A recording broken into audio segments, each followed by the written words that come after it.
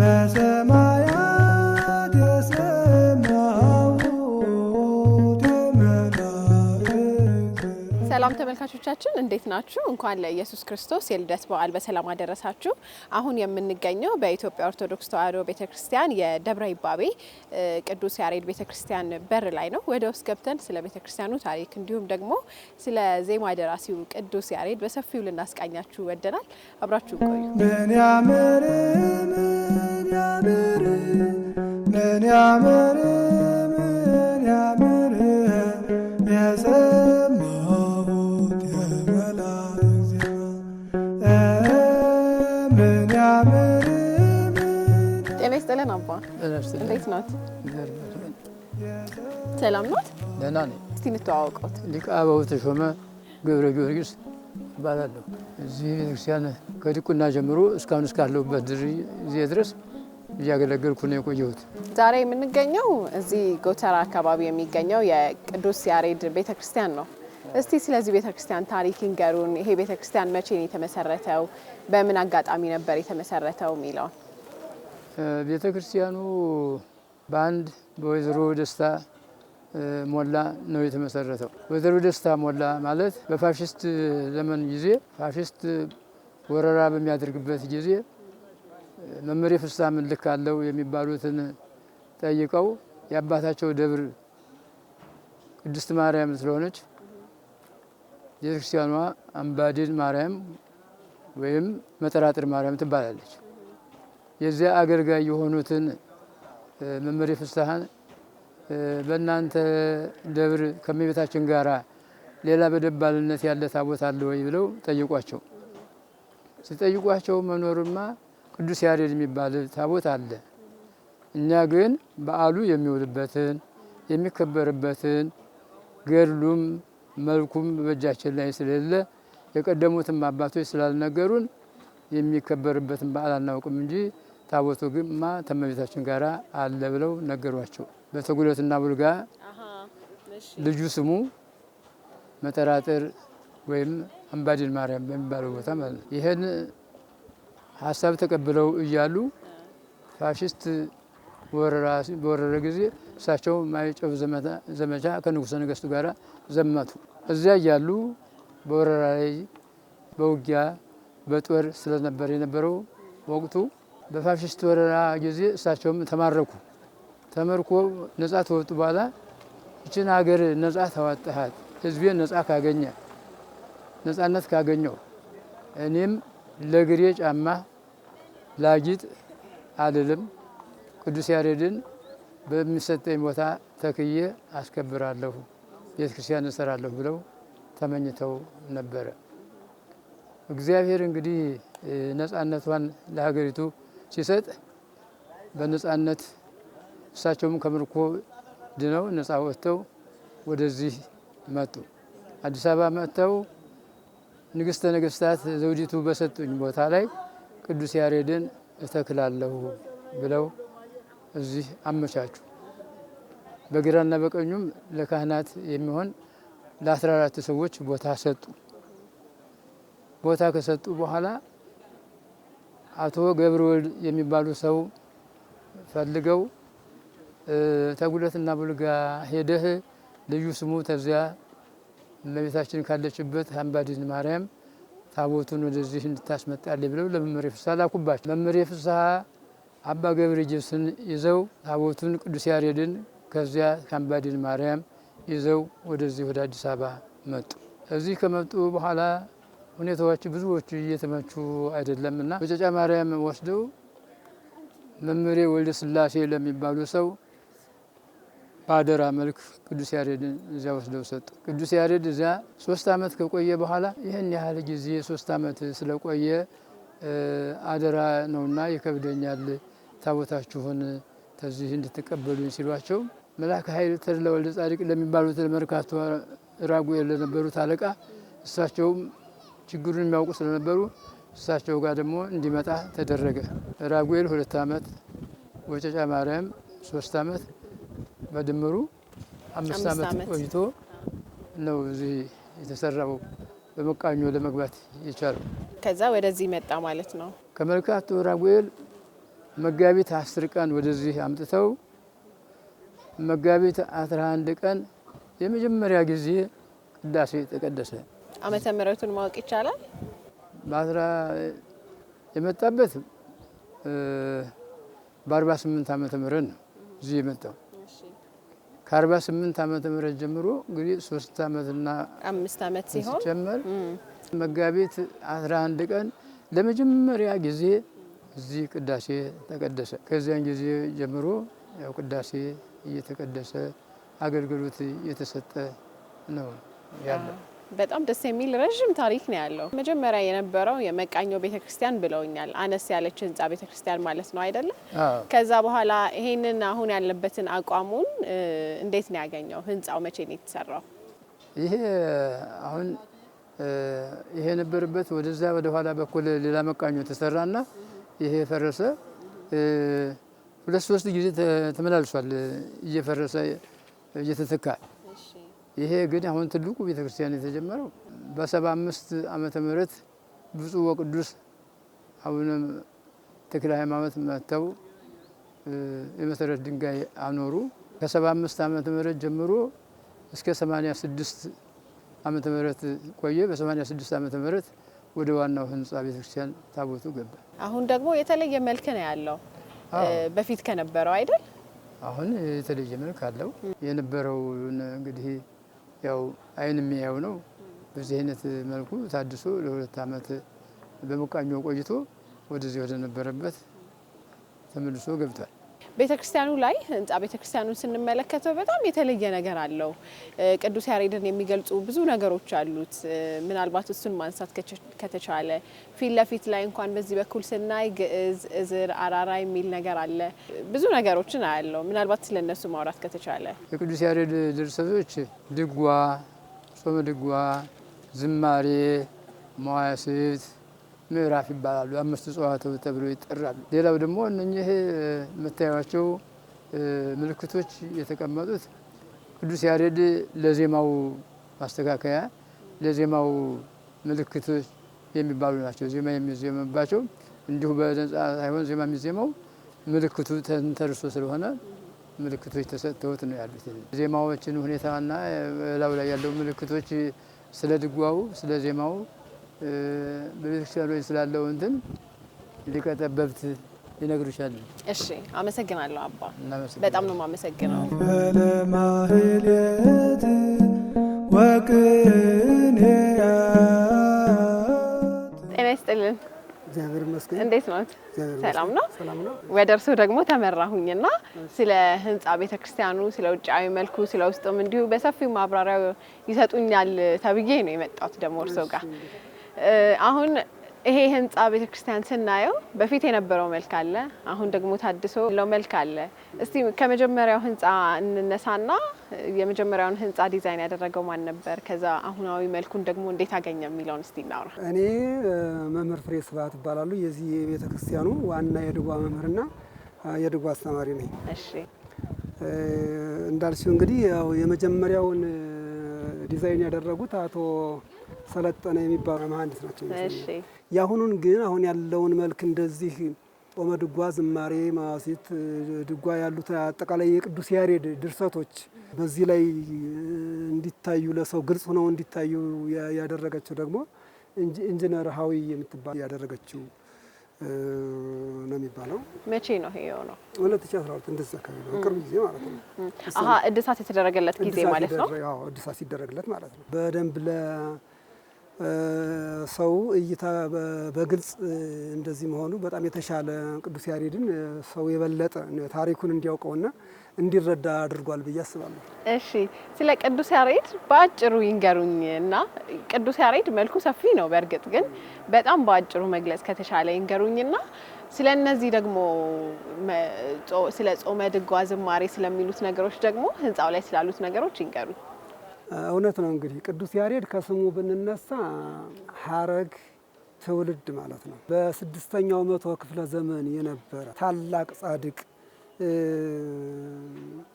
እውነተኛ መናኒ የነበረ ደራሲ ማለት ነው ቅዱስ ያሬድ ማለት። እንደ ቤተ ክርስቲያናችን አስተምህሮት በዜማ ስልቱ ዜማዎችን አሁን ወደፊት እናገኛቸዋለን። ግዕዝ፣ ዕዝል፣ አራራይ ብሎ በሶስት አይነት የዜማ ስልት አብ፣ ወልድ፣ መንፈስ ቅዱስ ብለን እንደምናምን ሶስትነቱን የአምላካችን ሶስትነቱን የገለጸበት ማለት ነው። እንዲሁም ደግሞ አንድነቱን ሲገልጽ አንድ ዜማ ተብሎ አንድ ዜማ ማለት እንግዲህ ሶስት አይነት የዜማ ስልት ቢኖረውም አንድ ዜማ ይምን ማለት ነው። ሶስትነቱን አንድነቱን የገለጸ ታላቅ የቤተ ክርስቲያናችን አለኝታ እውነት ለመናገር ማንም ያላወቀው በዓለም ሊታወቅ የሚገባው ታላቅ ጻድቅ ደራሲ፣ የዜማ ደራሲ፣ የዜማ ባለሙያ እንዲሁም የመጻሕፍት የሐዲሳትና የብሉያት የትርጓሜ መጻሕፍት ሁሉ ሊቅ የነበረ ታላቅ ጻድቅ ነው ቅዱስ ያሬድ። በህንፃው ላይ የምናያቸው እነኚህ ድርሰቶች ደግሞ ጾመ ድጓ ከመጀመሪያው ላይ ብንነሳ ጾመ ድጓ የሚባለው በጾም ጊዜ በወርሃ ጾም ለምሳሌ አብይ ጾም የምንለው ጾም አለ፣ አርባው ጾም። በዚያ ጊዜ ለቤተ ክርስቲያን ከዋናው ድርሰቱ ላይ ብንነሳ ድጓ ይባላል። ድጓ ማለት እንግዲህ የቤተ ክርስቲያን ዋና ትጥቋ መሳሪያዋ ማለት ነው። ትጥቋ መሳሪያዋ ሲሆን ከዚያ ድጓ ከተባለው በጣም ጥልቅና ሰፊ ረዥም እንትን ያለው ረዥም ሀረግ ያለው ድጓ ውስጥ ለጾሙ በጾም ጊዜ የሚባል ተብሎ ተመርጦ የቀረበ የጾም ስብሐተ እግዚአብሔር በጾም ጊዜ የሚደርስ የምስጋና መዝሙር ማለት ነው። ጾም ማለት ዝማሬ፣ መዋሥዕት፣ ምዕራፍ የሚባሉት ደግሞ ድጓውን ከደረሰ በኋላ የደረሳቸው ድርሰቶቹ ማለት ናቸው። እነሱ ከስሙም እንደምናየው ምዕራፍ ማለት መጨረሻ ወይም ማረፊያ ማለት ነውና በመጨረሻ ላይ ስለደረሰው ምዕራፍ ብሎ ሰይሞታል። ምዕራፉን ደረሰ ማለት ነው። እነዚህ አምስቱ የቅዱስ ያሬድ ዜማዎች ናቸው። እውነት ነው። ምናልባት እዛ አካባቢ ሆነን ደግሞ ስለ ዜማዎቹም ትርጓሜ ከዛ ደግሞ በዛው በድምጽ የሚሉልኝም ነገር ካለ የግዕዝ፣ ዕዝል፣ አራራይ ትርጉሙ ልዩነታቸውን እንድናውቀው ከተቻለ። እሺ ለማህሌት ወቅኔ ግዕዝ፣ ዕዝል፣ አራራይ ይባላሉ። ግዕዝ የተባለው በአብ፣ ዕዝል በወልድ፣ አራራይ በመንፈስ ቅዱስ ምሳሌ ነው የመሰላቸውና በዜማ ልበልልሽና እሺ የመጀመሪያው እሺ አሁን የፊታችን የሚከበረው የልደት በዓል አለ። ከዚያ ላይ በሰላም ተብሎ ሰላም ማለት ፍቅር ማለት ነውና በሰላም ብሎ በሰየመው ዜማው ላይ ለቤተ ክርስቲያኒቷ ለአገልግሎት የሚቀርብ የዜማ መዝሙር አለና እሱን ልበልልሽ።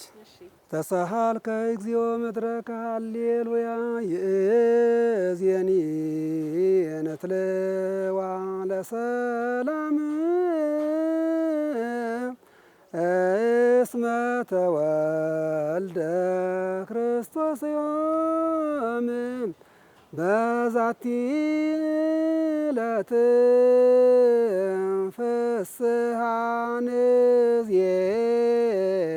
ዜኑ ለዘየአምን ዜና ሰናየ ዘውእቱ ሕፃን ኃይሎሙ ወጽኖሙ ለእስራኤል ይላል። ይህን ይመስላል። ግዕዝ ይባላል። እሺ ሁለተኛው ዕዝል ይባላል። ዕዝል ማለት በወልድ የሚመሰል ነው። የዕዝሉን ዜማ ስናይ ደግሞ በጎል ሰከበ በአጽርቅት ተጠብለለ ውስተ ማኅፀነ ድንግል ኀደረ እፎተ ሲሰየ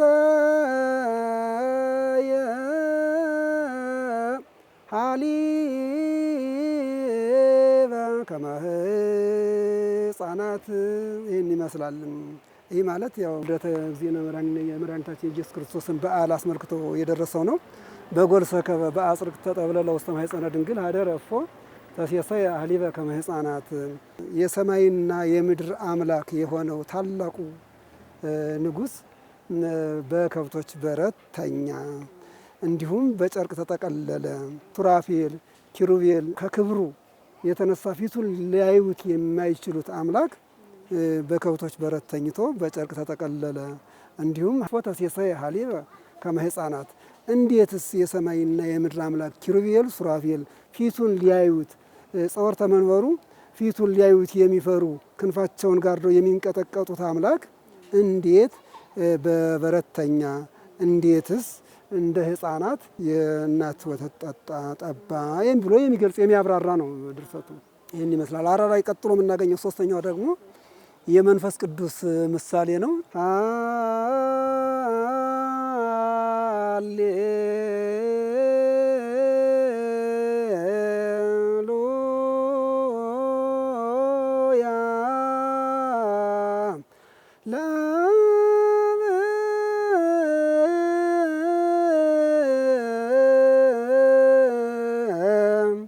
ሃሌሉያ ለወልድ ሃሌሉያ ወለመንፈስ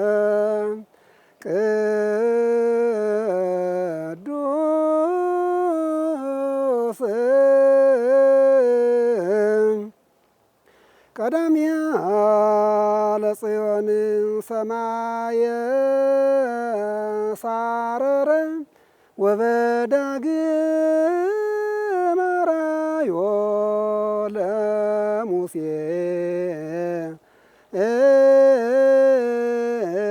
ዘከመ ይገብር ግብራ ለደብተራ። ይህ ነው። ይህን ይመስላል። ይህ ማለት አራራይ ያው እንደሰማሽው ዜማው ማህዘኒ አሳዛኝ፣ በጣም የሚያሳዝን አይምሮን የሚሰርቅ ነው እና በጽዮን አዳራሽ ገብቶ ነው የደረሰው። አክሱም ጽዮን በቤተ ክርስቲያኗ ውስጥ ገብቶ ይህንን የመሰለ ማህዘኒ እንዲያውም ርሁቀ መዓት ነው ብሎ መጀመሪያ እንትን ያለው ቅዱስ ያሬድ እንደምናውቀው በታሪክ እንደምናውቀው ለ7 ዓመት ያህል የቀለም ትምህርት እምቢ ብሎት አስቸግሮት ይታገል የነበረ እና ከዚያ ከ7 ዓመት በኋላ ተስፋ ቆርጦ በሚሄድበት ጊዜ መንገድ ላይ ድካም ያዘውና አንዲት ዛፍ ላይ በሚያርፍበት ጊዜ የሆነች ትል ከላይ የዛፏ ጫፍ ላይ ቅርንጫፉ ላይ ያለውን ፍሬ ለመብላት ወደ ላይ ለመውጣት እያደረገች ባለችው ትግል ተመልሳ እየወደቀች እንዲሁም ደግሞ መልሳ ወደ ዛፉ እየተንጠላጠለች አሁንም ስትወድቅ እስከ 7 ጊዜ ያያታልና በሰባተኛው ላይ ወጣ ፍሬዋን መብላት እንደቻለች ሲያይ እኔም እኮ ምናልባት ባይምሮ እንትን አለና ይህን ያህል ዓመት ለ7 ዓመት በድንቁርና ቀለም አስቸግሮኝ እንዲህ ብዬ ኖርሁኝ፣ ምናልባት በ7ኛው ዓመት ሊገልጽልኝ ይችላል ብሎ ተመልሶ ወደ ጉባኤ ቤት ወደ ትምህርት ቤቱ ሂዶ መምህሩን ይቅርታ ጠይቆ እዚያው ወንበር ላይ በሚቀመጥበት ጊዜ ሐዲሳት ብሉያት አጠቃላይ የዜማ ድርሰቶቹ በአንድ ጊዜ ተገለጹለት ነው የሚለው እና በዚያን ጊዜ ሲገለጹለት መሐሪ ርሁቀ መዓት ዘአልቦ መሐሪ ወብዙኃ ምሕረት ዘአልቦ መዓት ለ7 ዓመታት በድንቁርና እኖር የነበርሁትን አምላክ የገለጽክልኝ መሐሪ ርኅሩህ የሆንክ አምላክ ሲል ይህንን የመሰለ ዜማ ደርሷል ማለት ነው። በመጀመሪያ የደረሰው ነው። እንዲያው በነገራችን ላይ ይሄ አራራይ የሚባለው ለመጀመሪያ ጊዜ የተናገረው ቃል ነው። አሁን ያልኩልሽ የሶስቱ ልዩነት የዜማ ልዩነታቸው እንዴት ነው? ግዕዝ በዜማ በባህሪው በጆሮአችን ስንሰማው ከረር ብሎ የአብን የአሃዚ ዓለም መሆኑን የሚገልጽልን ነው። እዝር ደግሞ በዜማው ለስለስ ብሎ የሚሰማን ነው። እሱ ደግሞ ወልደ ማርያም ርኅሩህ ለአዳም ትእዛዙን ቢያፈርስ ምንድን ያደረገ እና ተመለስ ወደ ገነት ግባ እንዳይለው ፍርድ ማጉደል ነው። ፍርድ እንዳይጓደል ራሱ ያጠፋውን ጥፋት ራሱ ክሶ ማለት ነው። በራሱ የራሱን በደል ተሸክሞ አዳምን ሊያድን የመጣ አምላክ ርኅሩህ ማለት ነው። አራራይ የተባለው ደግሞ ማህዘኒ በመጀመሪያ ጊዜ የደረሰው ዜማ ስለሆነ የራራሃልኝ አምላክ መሐሪ የሆንክ አምላክ ሲል በአራራይ ደረሰው ማለት ነው። ምናልባት ሌላ ውስጥ ገብተን የምናያቸው ነገሮች ካሉ የተለየ መልክ ካለ የሚነግሩን ነገር እስኪ እንግዲህ አሁን ገብተን እንዴት እንደዛ ከሆነ ይቻላል። እሺ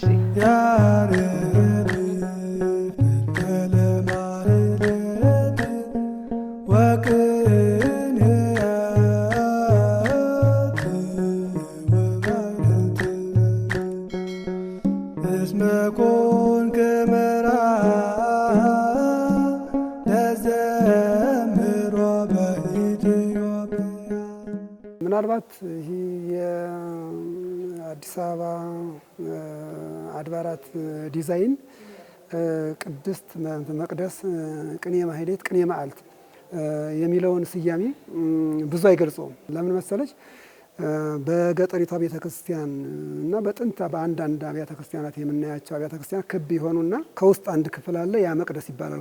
ውስጥ ያለው መቅደስ ይባላል አንደኛው ክፍል። ከዚያ ቀጥሎ ሌላ እንትን አንድ ክብ ይኖራል። እሱ ደግሞ ቅድስት ይባላል። ቅድስት ማለት መምህራኑ ሊቃውንቱ ከቅዳሴ በፊት ያለውን ስብሐተ እግዚአብሔር የዜማ ምስጋና የሚያቀርቡበት ቦታ ማለት ነው። ቅድስት ማለት ምናልባት ይህንንም ልንወስድ እንችላለን። ያኛው እንዳልኩሽ መቅደስ ይባላል። ከውስጥ ያለው ውስጠኛው ክፍል እዚያ ላይ ያለው ይህ መሀል መካከል ላይ ያለው ደግሞ ቅድስት ብለን እንወስደዋለን። ከዚያ ወደዚህ ያለው ደግሞ ይህ ደግሞ ቅኔ መዓልት ይባላል። ቅኔ መዓልት ማለት ከቅዳሴ ውጭ ያለውን የሚደረስበትና እንዲሁ በውሎ ቁመት ማለት ጾም ይሆንና እዚህ በአሁኑ ሰዓት ሁሉ የሚደርስ ስብሐተ እግዚአብሔር የምስጋና ቀለም የሚባልበት ቅኔ መዓልት ይባላል። ቅኔ መዓልት ማለት ቀን ማለት ነው። እንደዚያ ማለት ነው። የቀን ማለት ነው እንደማለት ነው። ማህሌት ሲቆም ምናልባት ከቅዱስ ያሬድ ጋር የተያያዘ ነገር ካለው አብረን ብናነሳ እውነት ነው። የሱ ነው እኮ ሌላ ምንም የሚነገር የለውም። የሱ ድርሰት ነው። ሌሊትም ከቅዳሴ በፊት የሚደረሰው ስብሐተ እግዚአብሔር በእሁድ ቀን የሚደረሱ ስብሐተ እግዚአብሔሮች አሉ። በቅዱስ ያሬድ የተደረሱ በቅዱስ ያሬድ የተመጠኑ እነሱ እንደ የበዓሉን ታሪክ ተመልክተው ማለት ነው። የበዓሉን ታሪክ አስመልክተው በዚያ ያዘጋጃቸው ቀለማቶች አሉ። እነሱ ከቅዳሴ በፊት የሚደርሱበት ማለት ነው። ቅድስት ማለት ቅዳሴ ከመግባቱ በፊት ማለት ነው። ሌሊት ማለት ነው። ቀና ስንል እንግዲህ የምናያቸው ነገሮች በሙሉ ስዕላት ናቸው እና ምናልባት ማወቅ ከተቻለ እነዚህ ስዕላት ወደ ላይ ከዚህም ጀምር ወይ ላይ ብቻ ያለው ይቻላል። እሺ ከዚህ ያው የምታዩት እመቤታችን በአረፈች ጊዜ አይሁዳውያን ድሮ በፊት ልጇ ተነስቶ አረገ እያሉ ሲረብሹ ኖሩ። አሁንም ደግሞ እሷን ቀብረው ነገ አርጋለች ብለው እንዳይረብሹን ምን ማድረግ አለብን? ማቃጠል አለብን ብለው አንድ ከአይሁዳውያን መካከል ታወፋንያ የሚባለው እጁ ተቆርጦ የምታዩ አስከሬኗን እንትን ሲይዝ መልአክ ወርዶ በሰይፍ ሲቀጣው ነው የሚያሳየው። በኋላ ግን ከእመቤታችን መልስለት ብላ ወደ ልጇ ስትል ያው እጆቹ ተመልሰውለታል የሚል ነው። እነኚህ ሐዋርያት ናቸው። አብረው የነበሩ ሐዋርያት 12 ሐዋርያት ናቸው። ይሄ ደግሞ ያው ወልድ ነው። ኪዳነ ተካሄድኩ ምስለ ኅሩያኔ ያ በስምሽ መታሰቢያ ያደረገ ሁሉ በአንቺ ስም ቤተክርስቲያንን ያነጸ የስምሽን የጠራ ሁሉ እምረዋለሁ ብሎ ቃል ኪዳን ሲሰጣት የሚያሳይ ስዕል ነው። ይሄ ደግሞ እመቤታችን በስደቷ ጊዜ በመዋዕለ ስደቷ ሲሄዱ የሚያሳይ ነው። ይሄ ደግሞ እመቤታችን በምትጸልይበት በቤተ መቅደስ በምትጸልይበት ጊዜ መልአኩ ሲያበስራት በደመና ይኸው መጦ ይታያል። ያንን የሚገልጽ ነው። ይህ ደግሞ በታኅሳስ 3 ቀን እመቤታችንን ከተወለደች በ3 ዓመቷ በስዕለት ነበር የወለዷትና ወደ ቤተ ክርስቲያን ለእኛ አትገባም፣ ለቤተ ክርስቲያን መባ የተሳልናት ነች። ስለዚህ ወደ ቤተ ክርስቲያን ለእግዚአብሔር መስጠት አለብን ብለው ሐናና ኢያቄም ናቸው። እነዚህ ሁለቱ የእመቤታችን እናትና አባት ማለት ነው። ለዘካርያስ ለካህኑ ወስደው ወደ ቤተ መቅደስ ሲያስረክቧት የሚያሳይ ነው። ከላይ ጽዋ ይዞ የሚታየው መልአክ ደግሞ ወርዶ አንድ ክንፉን አጎናጽፎ እሷን ጽዋ ሰማያዊውን ህብስተ ሰማያዊውን መግቧት ጽዋ ሰማያዊውን አጠጥቷት ቅዱስ ማን ነው ፋኑኤል የሚባለው መልአክ ሲመግባት የሚያሳይ ስዕል ነው። ከዚህ ወደዛ እንግዲህ እመቤታችን ከ3 ዓመት 15 እያለ የእመቤታችንን ታሪክ የሚገልጽ ነው ማለት ነው። ምናልባት ጊዜ የሚወስድብን ከሆነ በጠቅላላ አሁን እዚህ ጋር የምናያቸው ስዕላት በሙሉ ሃይማኖታዊ አስተምሮዎችን መጽሐፍ ቅዱሳውያን ናቸው። መጽሐፍ ቅዱሳውያን ጊዜ የሚወስድብን ከሆነ ብዙ ቅዱስ ያሬድ እሺ ይቻላል። ወደ ቅዱስ ያሬድ መሄድ እንችላለን። ያሬድ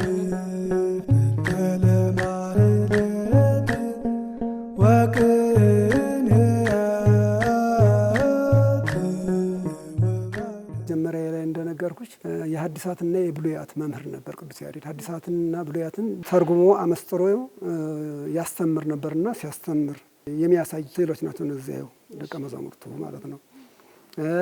ይህ ደግሞ እዚህ መካከል ላይ ያለው እመቤታችንን ሲያመሰግን የሚታይበት ነው።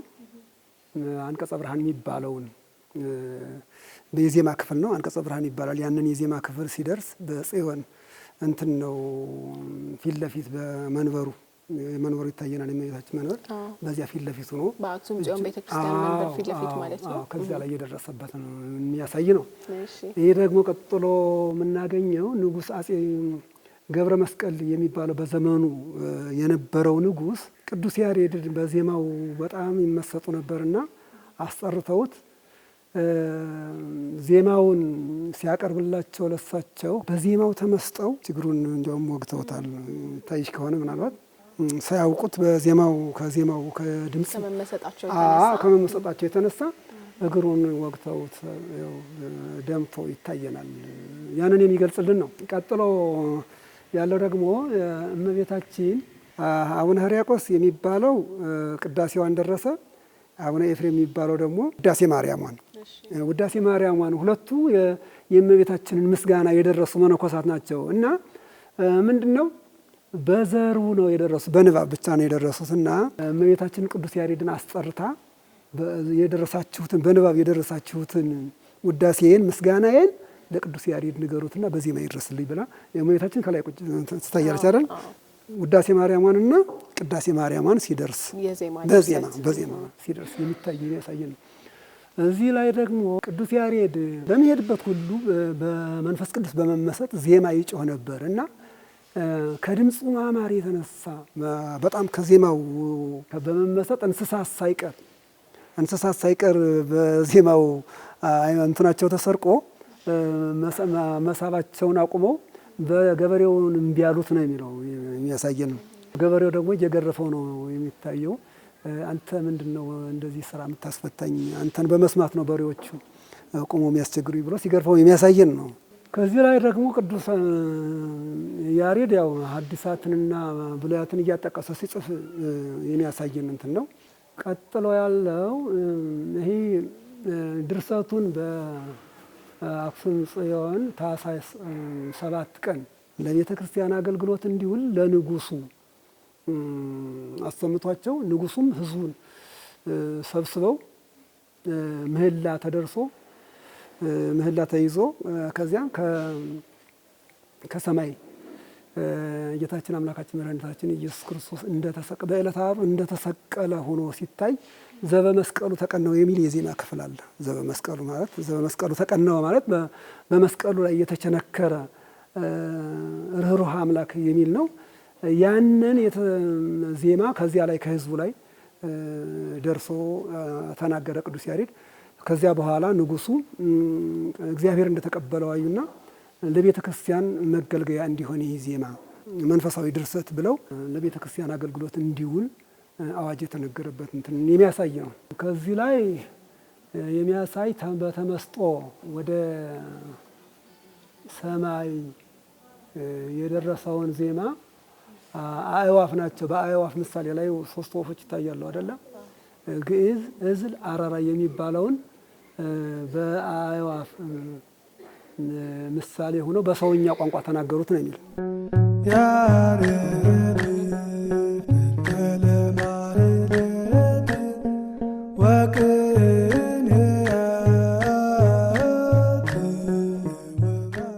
ስለዚህ ስዕሉ ከዛ ወደዚህ ነው የሚጀምረው ነበር ማለት ነው። መጀመሪያ ትምህርት ቤት ሲገባ ከዛ ደግሞ አልማር ሲል አልረዳ ሲል ሲገረፍ እውነት ነው ጠፍቶ ሲሄድ እያልን እንቀጥላለን ማለት ነው። ነበር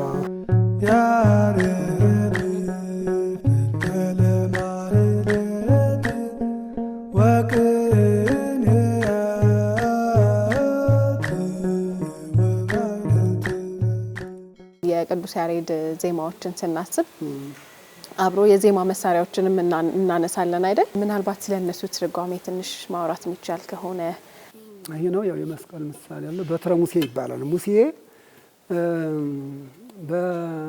በእስራኤላውያንን እየመራ ማለት ነው። እንግዲህ እስራኤላውያን በፈርዖን አገዛዝ ተይዘው በጣም ግፍ ይደርስባቸው ነበርና እስራኤልን እንዲያወጣ ሲታዘዝ መቋሚያ የመሰለ መቋሚያ ይዞ ነበርና ከፈርዖን እየሸሹ እስራኤላውያን ባህረ ኤርትራን ሲሻገሩ በዚያ በበትር በያዘው በትር እንደዚሁም በምንለው መቋሚያ ማለት ነው ባህሩን ሲመታ ባህሩ ለሁለት ተከፍሎ አሻግሯቸዋል እና የዚያ ምሳሌ ነው መቋሚያ በመቋሚያ የምናገለግለው ማለት ነው። ስለ ከበሮ ደግሞ እናውራ እስቲ። እሺ ስለ ከበሮ ያው እንግዲህ ከበሮ ይሄ የምታየው ነው። ይሄ ከቆዳ የተሰራ ነው። ጠፍር እንደዚሁ የተተበተበው ምሳሌው የጌታችን መድኃኒታችን አምላካችን ኢየሱስ ክርስቶስ በዕለተ ዓርብ ሲገረፍ በሰውነቱ ላይ ይታይ የነበረው የግርፋቱ ያረፈበት እንትን የሚያሳይ እንትን ነው። ተንበሩን የሚያሳይ አዎ። ይሄ ማንገቻው የእመቤታችን ምሳሌ ነው። እመቤታችን ተሸክመው 9 ወር ከ5 ቀን ተሸክመው የያዘችውን የሚያሳይ ሲሆን በዚህ በኩል ሰፊ በዚህ ጠባብ መሆኑ ደግሞ ይሄ ሰፊው በዚህ በኩል ሰፊ መሆኑ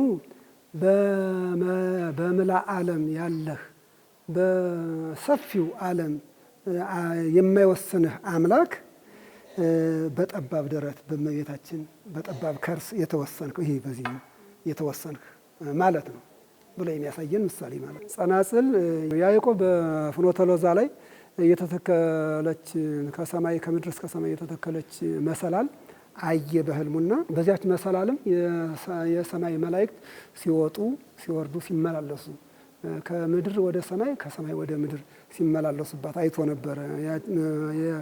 ያችን መሰላል እመቤታችን ነች እና ጸናጽሉ የእመቤታችን ምሳሌ ሆኖ በውስጡ እነዚህ እንትኖቹ ያሉት እንደዚህና ወደዚህ ሲሉ ድምጽ የሚያሰሙት የመላእክት ምሳሌ ናቸው። በጣም ቆንጆ ነገር ነው የተማርነው። ቅዱስ ያሬድን ዜማዎቹን፣ የቅዱስ ያሬድን ታሪክ፣ የዜማ መሳሪያዎቹንም እንዲሁ በሰፊው አንስተናል። ስለ ቤተክርስቲያኑም ታሪክ ቀደም ሲል እያወራን ነበረ። ቆንጆ ጊዜ ነበረ። በጣም ነው የምናመሰግነው። አመሰግናለሁ። መልካም ጊዜ ይሁንልዎት። መልካም የገና በዓል እንኳን አደረሳችሁ ማለት የሚፈልጉትም ካለ? እንግዲህ ያው ለመላ በዓለም ላይ ላሉ ክርስቲያኖች እንኳን ለጌታችን ለአምላካችን ለመድኃኒታችን ለኢየሱስ ክርስቶስ የልደት በዓል እንኳን አደረሳችሁ ማለት እፈልጋለሁ።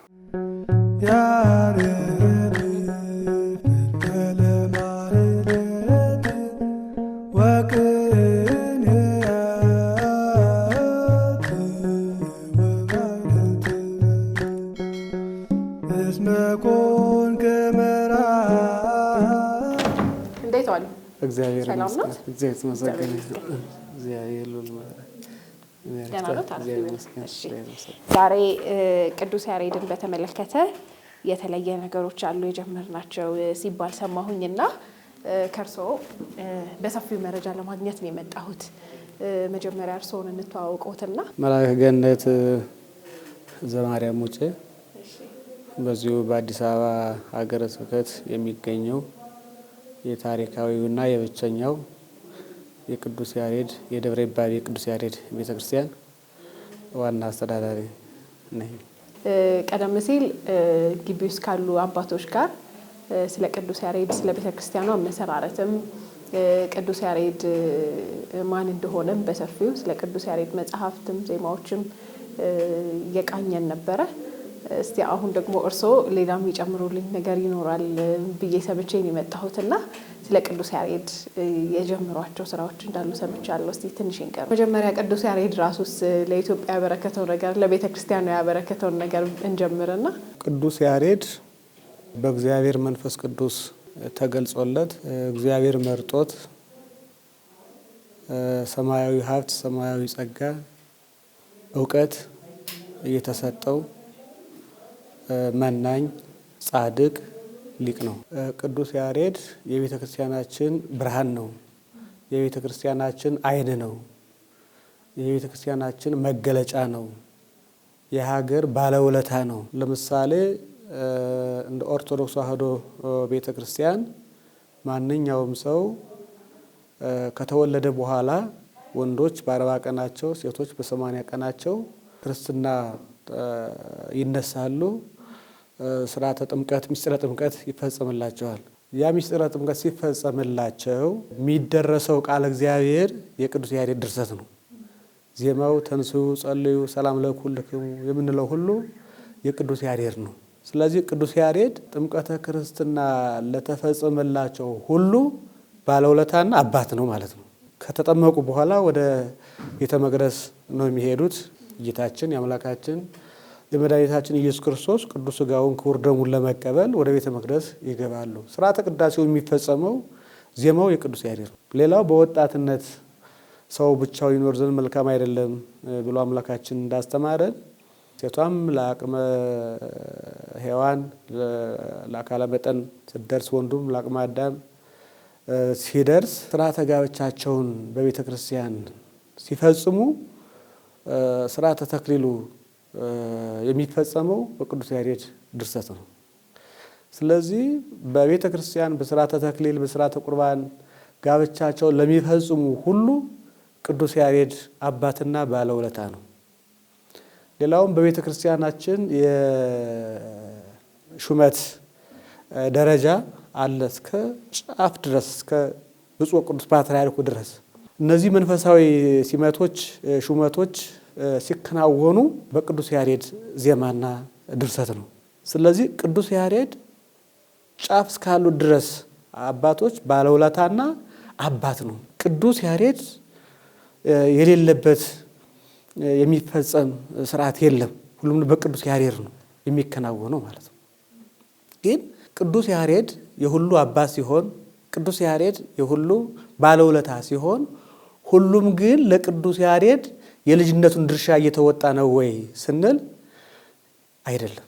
ቅዱስ ያሬድን በሚገልጽ መልኩ በሚመጥን መልኩ የቅዱስ ያሬድ ውለታ አልተመለሰለትም። የልጅነት ድርሻችንን አልተወጣንም። የልጅነታችንን ድርሻ መወጣት አባታችንን ባለውለታችንን ከልጅ የሚጠበቀውን ነገር ሁሉ ማድረግ ይጠበቅብናል። በጣም የሚገርመው ነገር ቅዱስ ያሬድ ሊቅ ነው። ነገር ግን የቅዱስ ያሬድ ገድል ወጥነት ባለው መልኩ እስካሁን እንኳን መዘጋጀት አልተቻለም። የተለያየ ሀሳብ ነው ያለው። ሌላው የሚለው ሀሳብ አለ፣ ሌላው የሚለው ሀሳብ አለ። ይሄ በእውነት በጣም የሚቆጭና የሚያሳዝን ነገር ነው። ስለዚህ ወጥነት ባለው መልኩ መሆን ስላለበት በቁጭት ሊቃውንቶችን አነጋግረን ከ7 ዓመት በላይ የተጠና ጥናት ስላለ ያንን መሰረት አድርገን በሊቃውንቶች ውይይት እንዲደረግ አድርገን አሁን የገድሉ ስራ ተጀምሯል። ገድሉ አሁን ላይ እየተዘጋጀ ይገኛል። ሊቃውንቶችን በኮሚቴነት አዋቅረን በአማካሪነት ይዘን ማለት ነው። ይሄኛ ከጨረስ የኛ በደብሩ ያለውን ከጨረስን በኋላ ሀገረ ስብከታችን በብፁዕ አቡነ ሕርያቆስ የአዲስ አበባና ሀዲያ ስልጤ ሀገረ ስብከት ሊቀ ጳጳስ መልካም ፈቃድ ወደ ጠቅላይ ቤተ ክህነት እንዲላክ፣ ጠቅላይ ቤተ ክህነት ደግሞ ለሊቃውንት ጉባኤ አቅርቦ ሊቃውንት ጉባኤ የተዘጋጀውን ገድል አሻሚ ሆነውን ወደ አንድ አምጥቶ አስታርቆ ካረመ በኋላ ወደ ቅዱስ ሲኖዶስ እንዲቀርብ በቅዱስ ሲኖዶስ ታይቶና ተፈቅዶ ለህትመት እንዲበቃ ከታተመ በኋላ ለሊቃውንቱም ለሕዝበ ክርስቲያኑ በሙሉ ለኦርቶዶክሳውያን በሙሉ ገድሉ በየእጃቸው እንዲደርስና በታምራቱ እየተማጸኑ ለቅዱስ ያሬድ የተሰጠውን ጸጋ የቅዱስ ያሬድ አእምሮ ብሩህ ነው እና ሁሉ ትውልዱ ሁሉ አእምሮ ብሩህ እንዲሆንለት ይህን ለማድረግ እየተዘጋጀን ነው የምንገኘው። አምላካችን እግዚአብሔር እንዲያስፈጽመን የእሱ መልካም ፈቃድ ይሆንልን ነው የምንለው። በሁለተኛ ደረጃ ሰው ስለ ቅዱስ ያሬድ በደንብ አላስረዳነውም፣ አልተረዳም።